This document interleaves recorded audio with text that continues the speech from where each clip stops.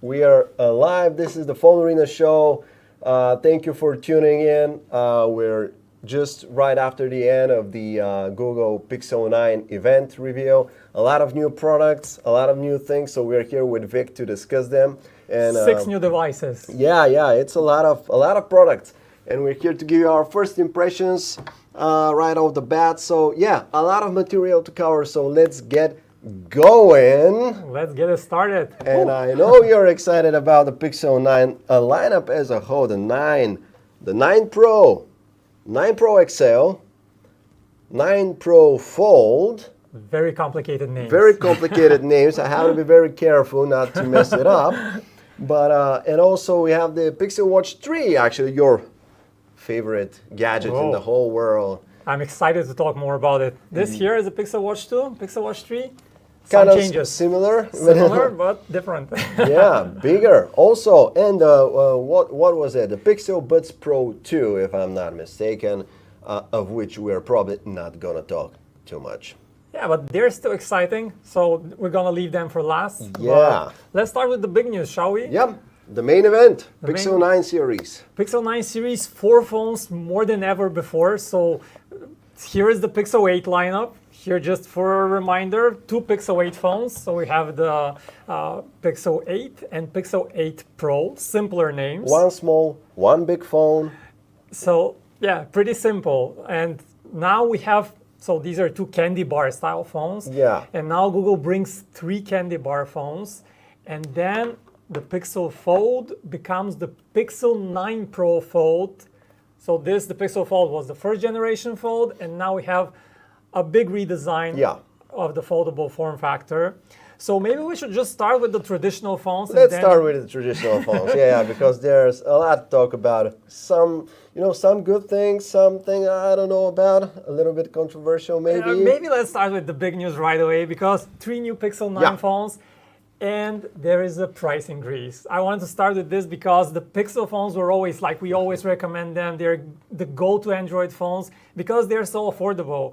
And just a couple of years ago, the base model price started at $600. And today we have 3 phones with higher prices. So the Pixel 9, $800 for the base model. From $700 last year. So $100 price increase. Yeah. And then we have the new Pixel 9 Pro, which for me is the most exciting in the lineup. First, compact Pro phone with a zoom camera, but the price, guys, this is tough to swallow, $1,000.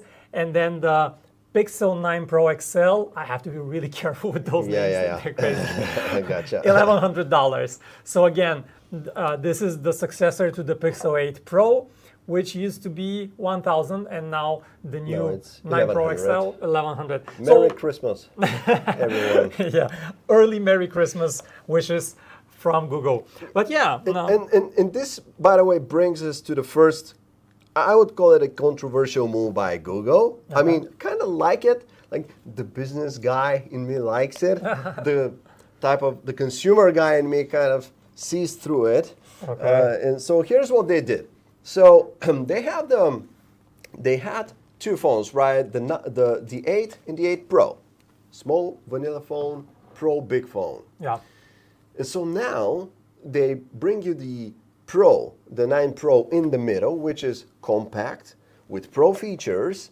And here's what happens. So last year you had the 8 Pro for $1,000, and this year you have the 9 Pro for $1,000. How cool is that by Google, by the way? But that is misleading, right? But it is a little bit misleading, because if you want what used to be the Pro, which is the big model, the big phone, you gotta shell out actually $100 more for the Pro XL, because the Pro XL is the true successor to the 8 Pro. Yeah. That's the thing to keep in mind here. Yeah. And the other big question is, why the price bump? Are there any notable new features? What is new in these phones? Are they worth it? Every year there's notable new features, and some companies don't always, increase the prices each year. That is true.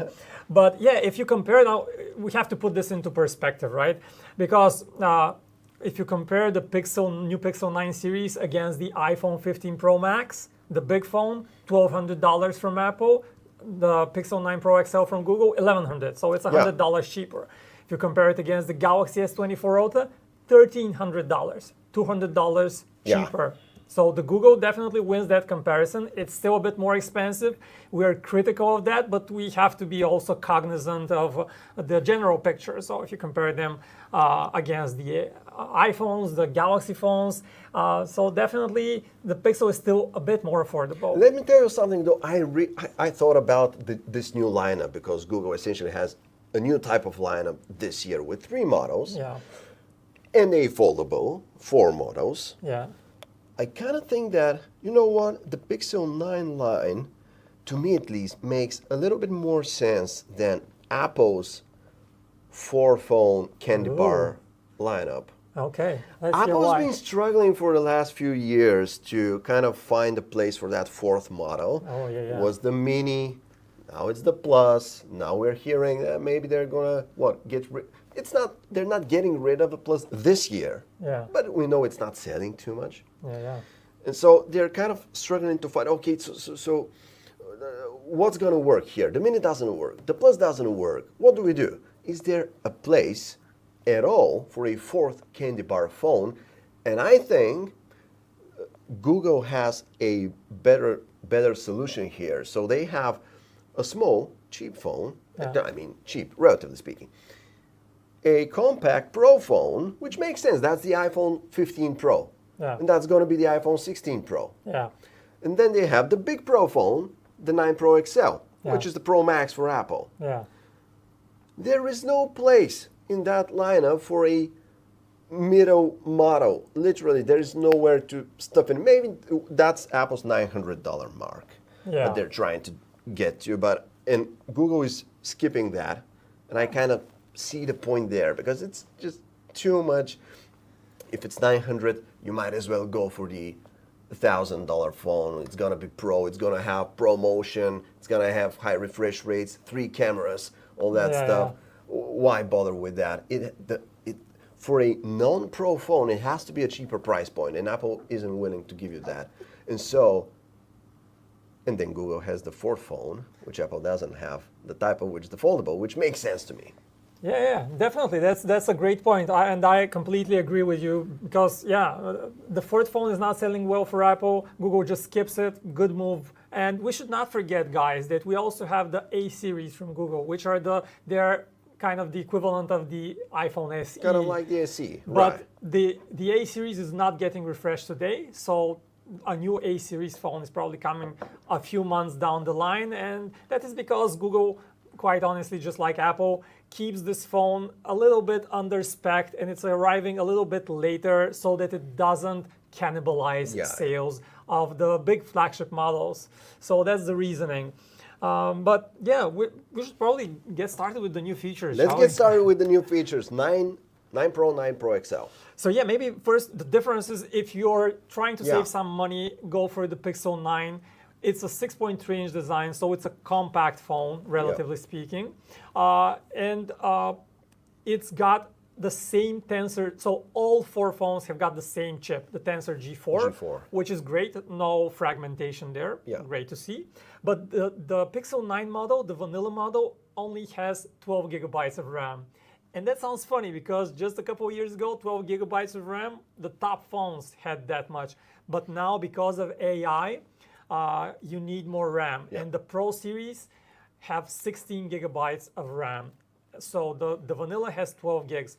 And here's something very interesting Google does here, is it basically allocates part of that RAM memory just for its AI functionality to ensure that everything runs very quickly and that all of your AI experience, which is now core to the Android system, runs well. So this is great to see, and you have more RAM on the Pro phones, but even on the base model, most of the AI features are coming to that model as well. So you're not losing out on much. The major feature you're losing is the zoom camera. So you don't have that 5x zoom camera, which is honestly, a pretty good camera to have. You can zoom further in, and now with additional tricks on the Pro model, you can get crisp images at 10 times zoom, 20 times zoom, and even for video, you can go 10 times video, 20 times zoom video with clear quality. And it's a pretty appealing use case, and you don't get that on the Pixel 9, but you're saving $200. Yeah, pretty much as before, right? You have the two cameras on the vanilla phone, which Yeah. we're used to that experience. Same recipe. Same recipe, yeah. But you get a high refresh rate display, unlike the iPhone 15 and 16. That's a good point. Most probably. And you have the same chipset as on the Pro phones Yeah. as well. And you got your 12 gigs of RAM for Gemini Nano on-device AI. Yeah. Excuse me, which you don't get with the iPhone 15. Yeah. By the way, right? You don't get Apple Intelligence with iPhone. So it's 15. really interesting that Google really seems to be pushing ahead with AI, and it's better prepared for AI because those older iPhone models, you just said that, the regular iPhone 15, this is the current model. It doesn't support the Apple Intelligence features. Why is then Apple pushing the Apple Intelligence then? So AI is major topic for Apple Yeah. these days. Yeah. So it was a huge feature with iOS 18. So there's also one piece of the pie. But they're not giving you on the iPhone 15. Well, 15 Plus. Yeah, I think Apple just wasn't ready. I'm not sure if that's even deliberate, but they weren't ready for all this quick rollout of AI and just how quickly it took over the world, honestly. And that's one thing to keep in mind. And now the new iPhone 16 models, all of them are, of course, rumored to get Apple AI. Of course they but, do. But then it's a staggered launch. You see that many of those Apple Intelligence features are coming next year. And with Google, the company emphasized that the new Gemini features, all the new AI They're features, here, pretty much. They're More or less. they're coming in a few weeks, if not the moment the Pixel 9 launches. So this is a really important thing. And another thing that also, Google took a couple of jabs at Apple during the event. Of course. But it wasn't anything. Oh, it was quite subtle. It was quite it was subtle. in good spirit. It wasn't like a direct comparison, but they said something along the lines that, you know what? Gemini actually works with other languages, not just English, which you know which AI system only works in English, right? So Apple Intelligence, of course, it's much more limited in that regard. So yeah, definitely Google has some advantages in AI. But yeah, just to close the Pixel 9 topic, I wanted to add that the battery size is the same on the Pixel 9 and the Pixel 9 Pro model, 4,700 milliamp hours. This is a pretty good size. Charging, same speeds, so this is good. Storage, both start at 128 gigs. Again, parity between those two models. So I think unless you're a camera enthusiast, the Pixel 9 makes a lot of sense unless you really want some very specific Pro features. So yeah, that's the Pixel 9. Yeah, and before we continue to the Pixel 9 Pro series, guys, by the way, like this feed if you enjoy it so far, share it with your friends, and subscribe to the PhoneArena Show. That's going to be of huge help to us. And now let's talk about the 9 Pro series and their camera goodness and all that stuff. By the way, one thing, before we move on with that, the design. Oh, the design. Of the new Pixel. I mean, that's talk a big about one. that. That's a big one, the designs. So, no more of that Pixel 6 DNA. It's officially dead at this point. That's what they used to look like a pebble, rounded Yeah, sides. they were more rounded. I mean, the camera bump had a more of a pronounced roll here, like this visor-shaped thingy. I mean, they had their specific design language from the 6, carried on to the 7. Even the 6, I mean, it's maybe more, how would you call it, civilized, let's say, or neutralized. You probably mean the latest Pixel 8, right? Yeah, the 8, yeah. Though, but it still carries that DNA.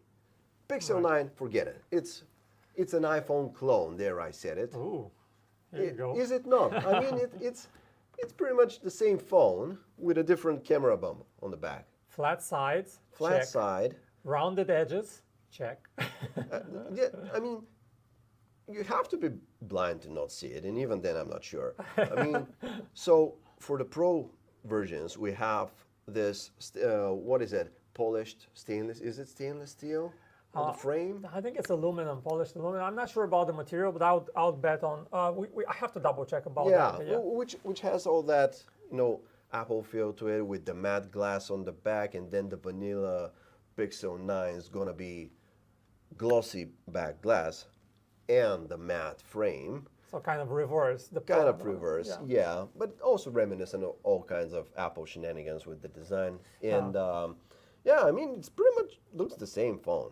Yeah. It's just different from the back. And it took a couple of years, right? When did it start with the iPhone or with this new design? Was it the iPhone 12? Yeah, it's the 12 with the flat frame. So we're at 15, 14, 13. So like 3 or 4 years of the same design until finally all of Android phones started gradually moving towards the same look. Because the Galaxy S24, same story. This year it used to look Pretty much. different. This year they adopted the Apple look. Okay, so what do you think about this new design by Google? Do you like it? Do you I do. approve of it? Yeah, well, I like the styling. In the beginning, I was kind of skeptical, but it kind of grew on me. I like the flat sides. It's more grippable. And even like little things have improved as a consequence of this design. So Google says these new phones, the Pixel 9 series, are 2 times more resistant, more durable, we should say. And the company is kind of measuring this via drop tests. So if you kind of accidentally drop your phone, the chances of it surviving 2 times better. So yeah, I'm all for it. What do you think? I mean, they could have probably achieved that without copying Apple's design, is what I think. Now, so here's how I think about it. I like them. I mean, they look good. Yeah. They seem high quality, great designs. It bugs me if I was a potential Pixel user, which I'm not at this point at least. I would be, torn by this decision because it feels like because they copied Apple's design, I'm not really into, I cannot like it fully. Okay. I mean, it's too similar to me. And there's that other thing. The Pixel line has been having a little bit of a renaissance, I think, from the 6 Definitely. on. I mean, at least that's how I felt it. From the 6th generation up until this point, they've been, and people like that design. Yeah. I mean, and it's distinctive, and not everyone gets distinctive. Not anymore. Nowadays, not anymore. It went in the other direction, which is to make it actually way more similar to its competition. See, yeah, I get your point, but I don't quite agree with you because this is the design that works. Apple has kind of proven this in the past few years. This is a practical design. Cases fit better. It feels better in the hand. And yeah, from a practicality standpoint, it's more practical. The phones are more durable. They look all the same, but if you want just a practical design, well, there you have it. Or maybe if you want an Android iPhone, there you have it. there you have it. Okay, yeah, that makes sense. With an iPhone-like price. Absolutely, yeah. All right. So yeah, let's jump to the Pro phones. Let's go. 2 phones, Pixel 9 Pro, Pixel 9 Pro XL, with almost no difference except for the size and screen size and battery. Screen size and battery size. Same chipset, 16 gigabytes of RAM. Telephoto 5x zoom camera on the small model as well as on the big one. Very happy about this. Just Thank like you, on the iPhone 16 Pro and Pro Max. The upcoming ones, the rumored. Yeah, the rumored, yeah. Yeah. And what else is new here? Well, what's interesting is that if you compare these phones to the previous models, you get the new design. The camera stack, the camera hardware, like on the big phone, it's pretty much the same in terms of hardware. You get the new Tensor G4 chip. It's slightly faster, better for AI features. But if you're just looking for some big hardware changes, I was a bit disappointed, honestly. I was expecting a bit more if you're looking for one feature that you can kind of hang on to, I would say that only the big model now has faster charging, to which I say finally. Oh, okay. And Google says it supports 37 watts. And compare this to Apple, which supports 20 watts, so much faster. You get up to 70% battery back in 30 minutes, so that's pretty good for a big phone. And the smaller phones, the Pixel 9 and Pixel 9 Pro, have slower charging, so you get 50% back in 30 minutes. But yeah, other new features, there are not many apart from the design, just hardware features. Probably the screen on the Pro model brighter. Yeah, even brighter. Even brighter. It was already it was crazy bright, and now it's next level bright. Yeah. We'll see about that. But what about the cameras? I think there is something new here, and that's the selfie camera. Oh, right. You have a good point. Yeah. So the hardware stack on the back, I mean, sadly the same, but it's still, I mean, it's pretty great, and they're counting on AI. A bunch of AI tricks to level up the photo game with these new phones, and we'll see if that photo magic comes to the previous generation. We'll see about that's a big question, by the way. Yeah, but then we have a new selfie cam, right? And that's, what is it? It's a 42 megapixel camera on the front with 30% better light sensitivity. Well, it supposedly it does quad pixel binning, the same thing that we have with the high megapixel cameras on the back of the phone. You now get it on the front. That's a nice upgrade. That's a nice upgrade. Yeah. Can't argue with that. Now, I want to talk about something else here because these are the hardware changes, right? Yeah. Do you have anything else? No, right? That's it. That's it, yeah. That's it. The new chipset, brighter display, faster charging on the bigger model, better selfie camera. Yeah, that's kind of an iPhone design. An iPhone-like design. But of course, then you have the software, and then you have very impressive new features like Gemini Live, which was probably the most impressive demo I've seen in a while. When you say demo, yeah, I just want to take a moment to mention. I mean, yeah, there was one failed demo at the event. Which failed like 3 times.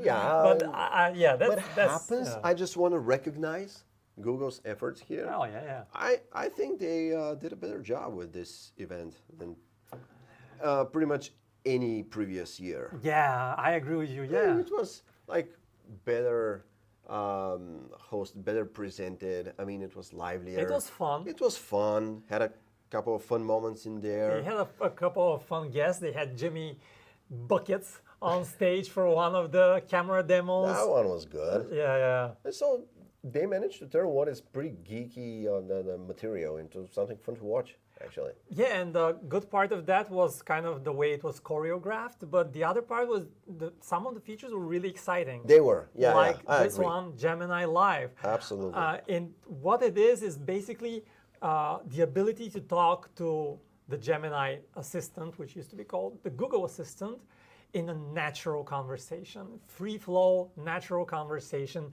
which works just like you would talk to a normal person. This was crazy. But then this feature is available, of course, on the Pro phones, I think. And it's a Pro feature. So Google did something very interesting here.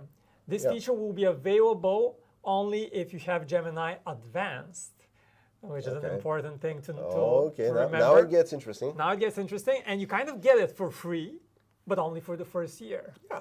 With the Google Pixel 9 Pro phones. And if you get the Pixel 9, you don't get it for free. I think you still get it, but you kind of have to pay for it. I think you get it, but it's not included in the first year. Yeah, so let's clarify. Okay, Gemini Live, available on all 4 phones, but only the Pro phones get it free for 1 year.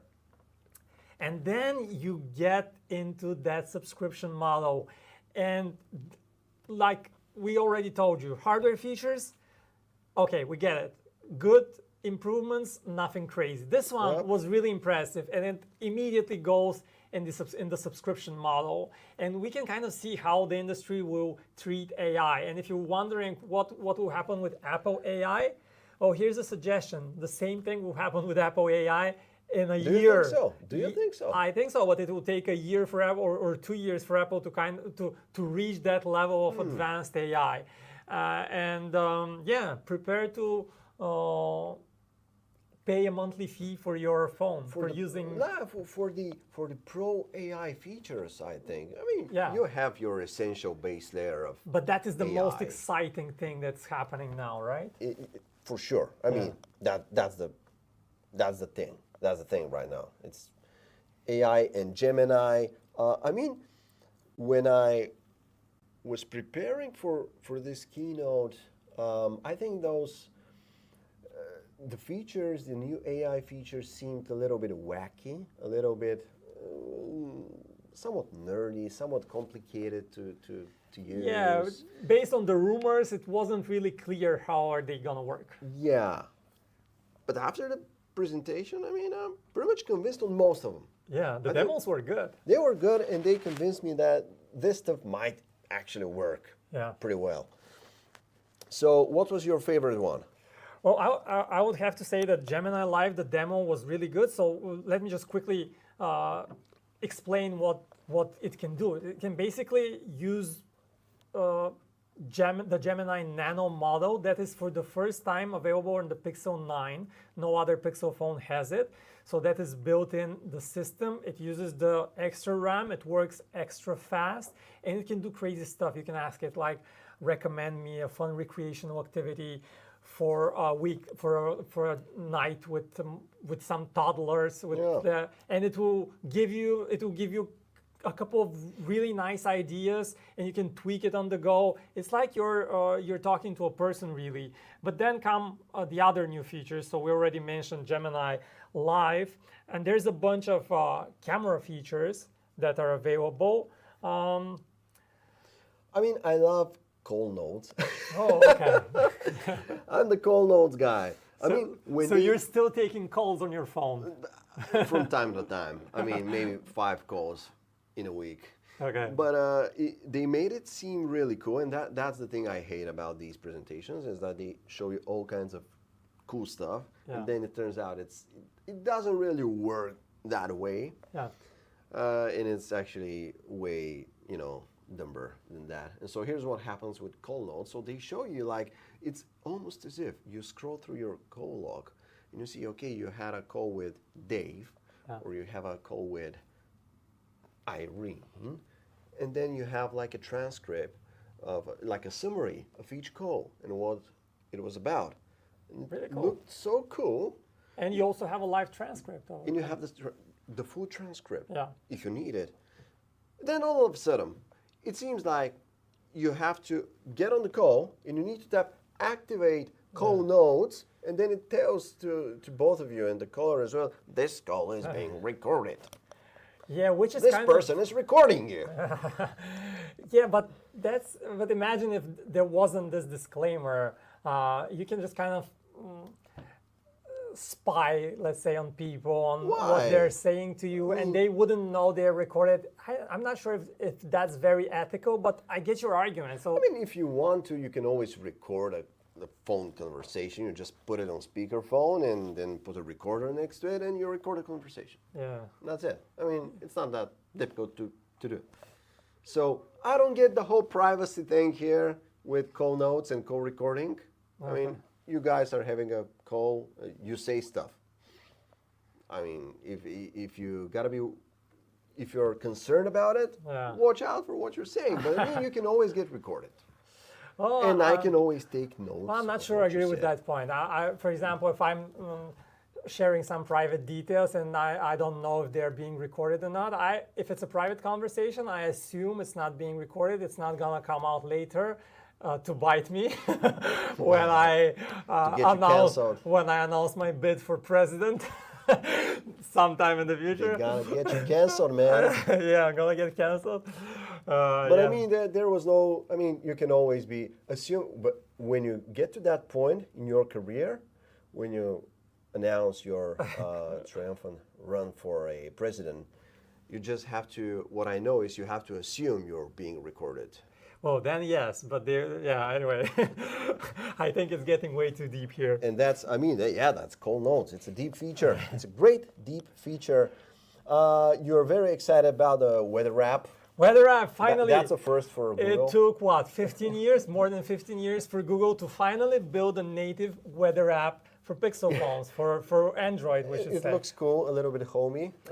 We should say that it's really interesting, only available for Pixel 9 phones because it uses AI. It gives you an AI summary of the weather, and they say the weather app is for Pixel 9. It might come later for other phones. I like your reaction. That's what they said. I mean, it cannot work without the AI weather app. I mean, no, maybe the AI summary feature of the weather, daily weather report, will only work with Pixel 9. They didn't make it clear. Cannot be disabled ever, so other phones are not getting weather app. That's it. But it's a pretty good weather app, and it has kind of like mini widgets with like. It's a weather app. No, it's a powerful weather app.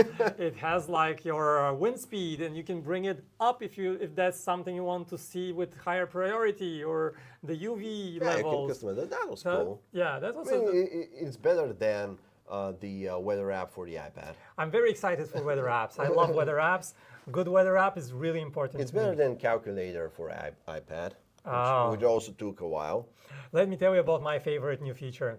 This is Pixel Studio. Pixel Studio, if you've heard the Apple kind of equivalent, it's called Image Playground. And this is an AI image generator, a very powerful one, at least from what we saw in the demo. Seemed fast. Seems super fast. And it's also, in my opinion, better than Samsung's Sketch to Image. So the idea is you can just type anything, and the Pixel Studio app will create the picture for you. In a bunch of different styles. In a bunch of different styles that you can tweak. The styles are really cool. You have like a retro gaming style, which is absolutely amazing. It works great, and we haven't had this on with no limitations, it seems. Maybe there will be some limitations around I don't know, gender or whatever limitations. There might be some. Yeah, for sure. Yeah. The models are trained to avoid certain things. But compared to other phones, this is the most powerful image generator on a phone available right now in a native app. It's super powerful. You can tweak it. You can add. You can throw in stickers to the image. You can throw in probably other images. Change the style. I really like this app. I think it's gonna be used by many, and I think we're gonna see some very creative images come out of it. Yeah, and they're using that power also for the Magic Editor. Yeah. So which is getting evolved. Yeah. With the Pixel 9, we don't know if the new features are gonna go to the previous models, right? Again, We that's don't the know. big question. That's the big question. So how are they changing the Magic Editor? That was pretty great things. You get auto reframe. Okay, that sounds cool. That was pretty cool. And so, for example, if you took a picture of someone, like if you took a picture of me with my half of my head cut off because you're a terrible photographer, obviously. So you can use auto reframe with a single click, and it's going to recreate my face and the whole scene around me with perfect clarity and accuracy. Now that I say it, I'm not really sure if that'll work. I mean, it's going to fill in the grass around you. That's it's going to fill in the background. Not sure if half of your head is cut off. It's going to fill that. I'm not sure about that. Maybe if you have other pictures of me. It's going to get trained, and it's going to know, okay, that's rad. So it's going to do it. Then the other great thing is reimagine. Oh, I love this one. The reimagine feature, actually, I'm once again torn between these things. I mean, they're very cheesy. They're very, I don't know. You're manipulating stuff. They're almost too powerful. They're like almost too powerful. Like this is no longer. You cannot trust images no more. Yeah, it's not a photo; it's an AI photo. But or what is the word? We need to have a different word because it's no longer a photo. It's something else. It has to be like a Yodo. Yeah, that was good. So reimagine. So imagine I take a picture of Vic, and then I say reimagine, And then I'm like, okay, so we're here in the studio, and I tap on the background, so around Vec, and I say, that's not the studio, so you use that with a prompt, with a text prompt, and you say, that's not a studio, that is space. Yeah. So it reimagines the photo, and it's going to edit it and remove all of that studio mess around us, and it's going to put Vic in space. Yeah. Which, I mean, love it. So AI image generation has been powerful so far, but you need the tools to control it easily, to make it do what you want, basically, and not some random stuff. Yeah. And that seems to be a step in that direction to me. It's just that, I mean, I don't know what is real and what is not Yeah. anymore. Not really sure. And Google really kind of doubled down on this whole AI editing stuff because the demo they showed was like first change the background of the sky, then change the grass to flowers, then add a balloon in the middle of the scene, then add something else. And you can see how it kind of adds up, and the image you end up with is completely different from where you started from. So it's no longer the same photo. Like, No, it's not. yeah. But I like the idea. It's very It's power. It's power. I'm not sure if creative is the right word because AI is doing all the work and you're just typing. So how creative is that? But I don't know. yeah, it's easy. It's easy to use and very appealing, I think, to many people. And I think people will use it a lot. For sure. I mean, if you can have that sort of creative energy and power, I mean, I wouldn't, Yeah. uninstall it. You know what I say. So, are we ready to move on to the fourth Pixel phone? Let's For go. today, that is the Pixel 9 Pro Fold. You're the foldable phone guy. What do you think? I'm the face of the foldable industry, as pretty much everyone knows at this point. I love the fact that seems like a radical departure from the Pixel Fold, which is the most horrendous foldable ever. Controversial opinion, warning. Is it? I mean, is it? I think so. Like, it doesn't open completely. It kind of stays like this. It stays like this. It has huge bezels. It has a huge crease. Oh, it's ugly. It's like too wide. Has a weird aspect ratio. I don't know about a Pixel Fold. I don't agree with you. So the Pixel Fold was kind of like a passport style form factor. And if you just had the Galaxy Fold, which I am convinced is the wrong foldable phone design. It's too narrow. This one is, Brad says, too wide. This one is too wide. But I would prefer, out of the two, I would prefer a too wide phone because most of the time I'm using the front screen and I want to use it like a regular phone. So I want it to be wide. Probably me too, yeah. Yeah. Okay. But So here's what's the new? thing. But the new thing is this. Gets rid of all of that crap. And so they bring you the 9 Pro Fold, which, if you've seen something like the OnePlus Open, hello, only the best foldable phone ever made. Second, Controversial opinions. second only to the Oppo Find N3, which is the same phone. So it's going to be basically like that. I mean, it's another stolen design by Google. So it makes 2 stolen design in a day. Controversial opinion. So that's good. Total ripoff, by the way. So yeah, on the front, 6.3-inch display, same as this one. So yeah, interesting. Let's say it's the front screen of the Pixel 9 Pro Fold is the same size as the Pixel 9 as the Pixel 9 Pro. Yeah. Which is it's a nice. It has to be a little bit more common, but then again, this is a 6.3-inch display, so it's the balanced sort of size. It's wider than the Pixel Fold. It's narrower. Oh, it's wider than the Galaxy Fold. Than the Galaxy Fold 6. It's narrower than this Passport, than the Passport here, the Pixel Fold. So it's actually, I don't know. It's the best of both worlds here. Yeah, definitely. You open it up, you get a very nicely aspect ratioed 8-inch display, which is the biggest one I think so far in a foldable. Very interesting. Yeah, Google was very specific. They said it's the largest screen on a foldable among foldables sold in the U.S., which is like the Galaxy Fold and OnePlus Open. It's like two models. All right. So yeah, that's probably kind of not the biggest ever. not the biggest ever, but in the U.S. it's the biggest. Yeah. Yeah, it's 8 inches. I mean, I think the Open is 7.8.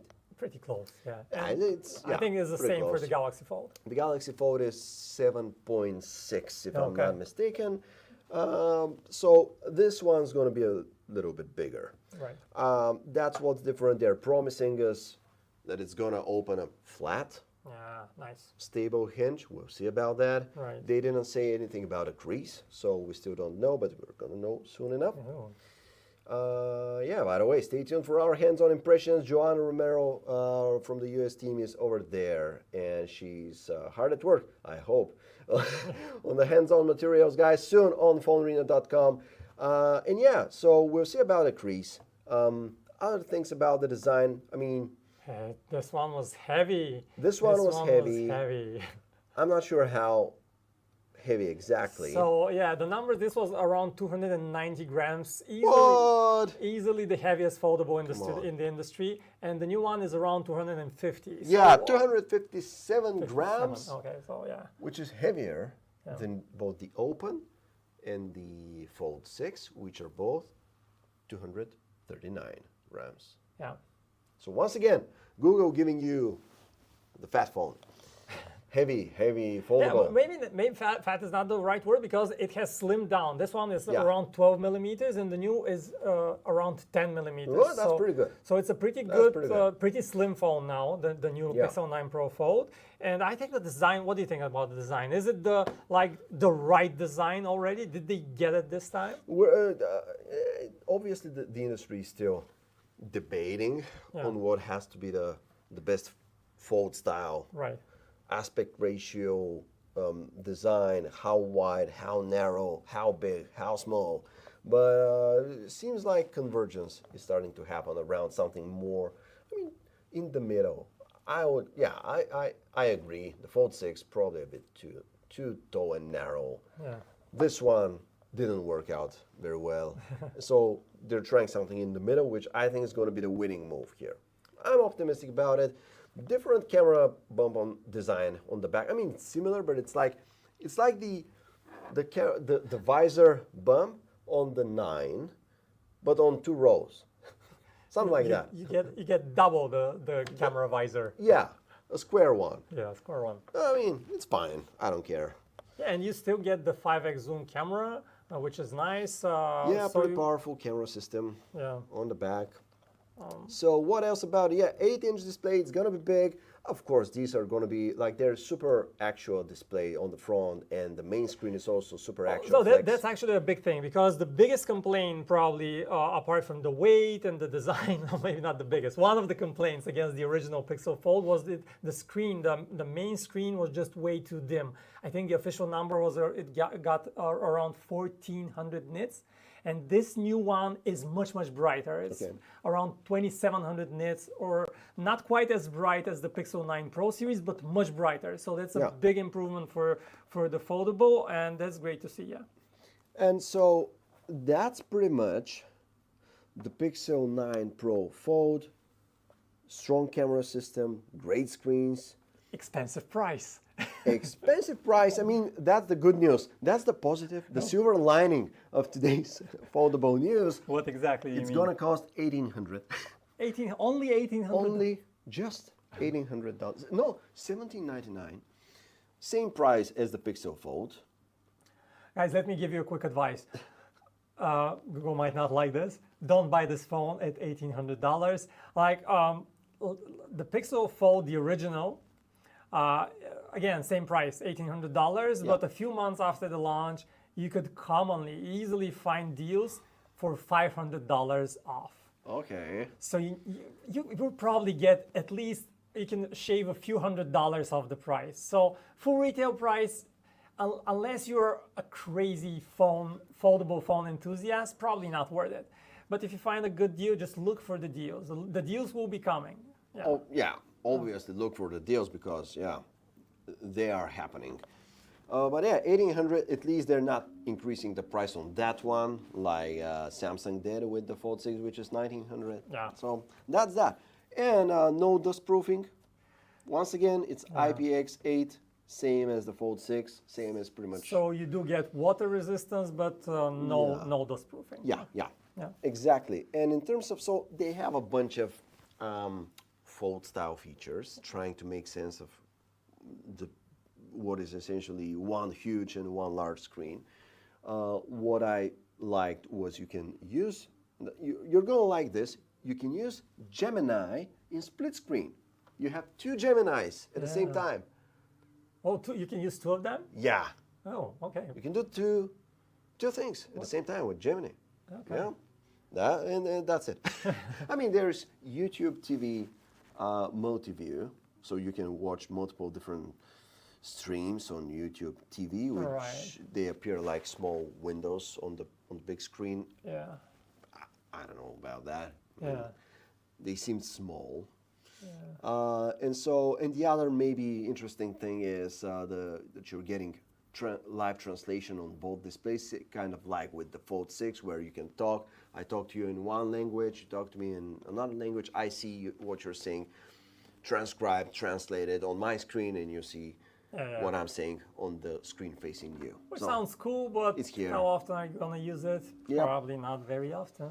Yeah, I don't think so. One other change I want to mention is actually battery size on the new model is a bit lower. You have a slightly smaller battery compared to the previous one, and this is probably a good thing because the phone is a bit lighter, but in terms of just battery life, of course, that's not good news.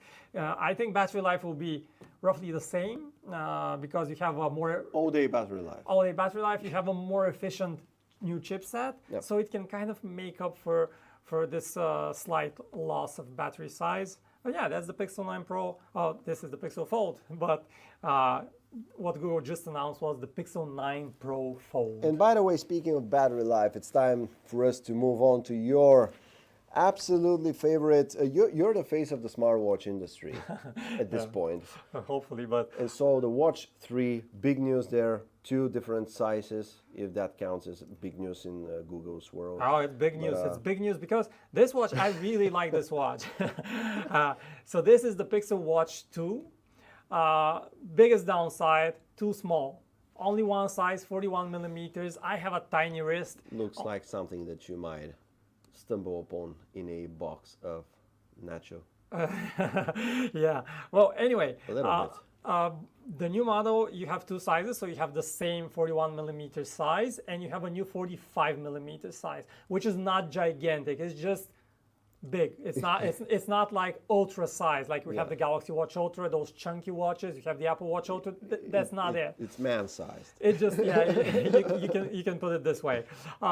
And it has a bunch of new features, but the essentials haven't changed. So the essentials of this watch is the heart rate sensor, which works in a very unique way. It measures your heart rate every single second, which is unprecedented accuracy in the smartphone world, in the smartwatch world. The Apple Watch doesn't do it, the Galaxy Watch doesn't do it. And if I have to compare it with other Android watches, I would say that in my testing, in my use, this is the most accurate heart rate sensor in the Android world. Similar to the Apple Watch, probably not better, but very similar to the Apple Watch. But compared to the Android competition, I think this one is good, and it also has a solid GPS signal, which is surprisingly a rarity amongst many watches. But so this is a... I have to ask. Like we're getting into hypochondriac area now. So why do you need to measure your heart rate every single second? Oh, you don't need to, but I don't need to for sure. You did not need to until now, because Google is introducing a brand new feature, which I found which is horrible, which is scary, but it is important. It's important. Let me. Humanity lived for thousands of years without this feature. It's a bit scary if you think about it, but yeah, it's called don't think about it. Loss of pulse detection. And again, only the Pixel Watch can do this because it detects your pulse every second.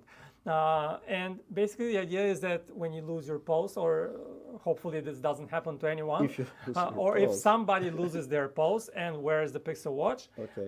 the Pixel Watch will call emergency services and report this. It will give the emergency services your location or their location. Let's not be that specific. Let's not be you. Yeah, and it's a nice preventive feature. I like it that it's here. And we'll see. I think some people will benefit from it, and we'll hear some good positive stories, contrary to your opinion. And now let's talk about why we hate it. This new feature. So how is it called? Loss of pulse. Loss of pulse Loss detection. of pulse Yeah. detection. So if you just think about it for a second. That's a horrible thing. Yeah. They're emotionally manipulating you Oh, into buying this of course. useless gadget, the Pixel Watch 3, for how much is it? So 350 for the small model, $400 for the big model. 400 for the big model. I mean, so that's like emotional manipulation. They're making you scared.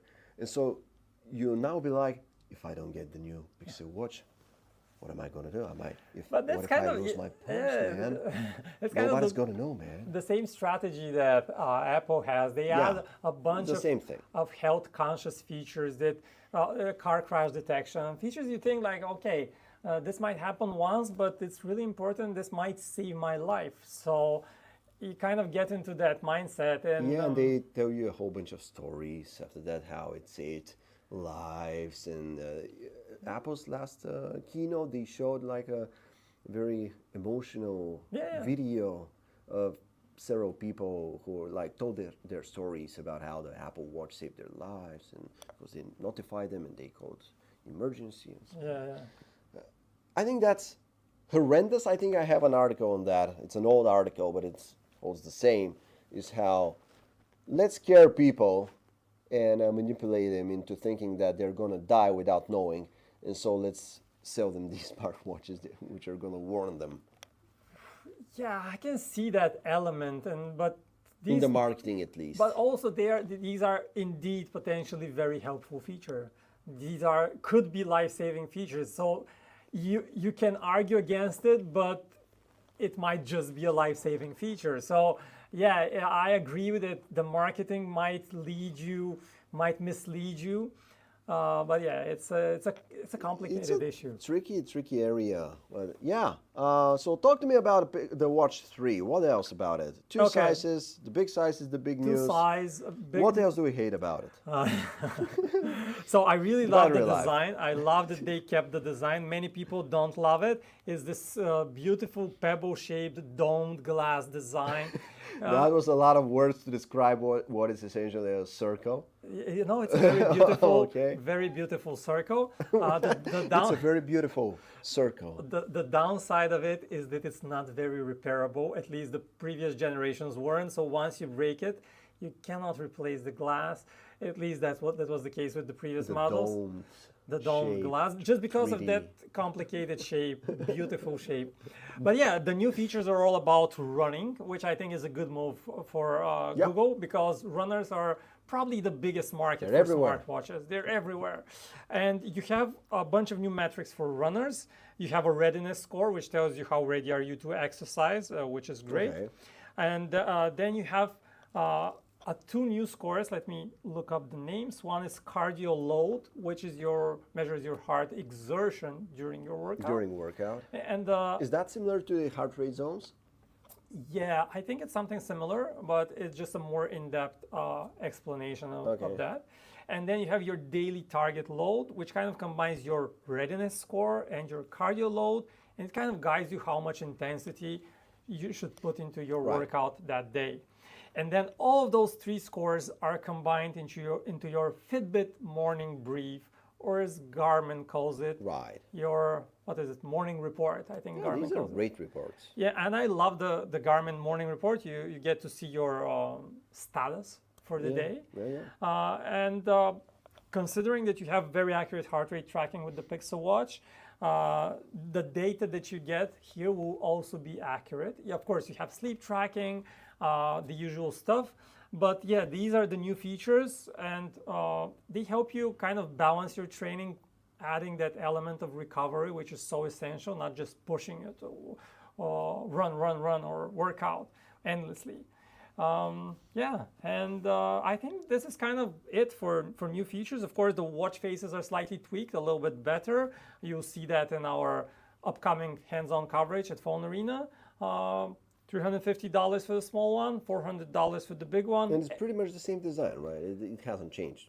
No, the design hasn't changed. They still Still use that beautiful dome, 3D glass, perfect circle. Yeah, they still use their own proprietary system for the bands, which is kind of you push that button to twisting the Right. band. It's a little bit Okay, weird. and the final thing that we hate about the Pixel Watch 3, guys, is the battery life, Oh yeah, which hasn't changed. it's still a one-day battery life watch. And before Google comes around to making the Pixel Watch Ultra probably next year, you get better battery at the bigger size, which is how much was it? Like, is it 1 day, day and a half? On the bigger size watch? Yeah, you get 36 hours. Okay. Up to. What you mean with the low power mode enabled? Oh yes, sorry. I mean that's with low power mode. You activate the power saving mode Right.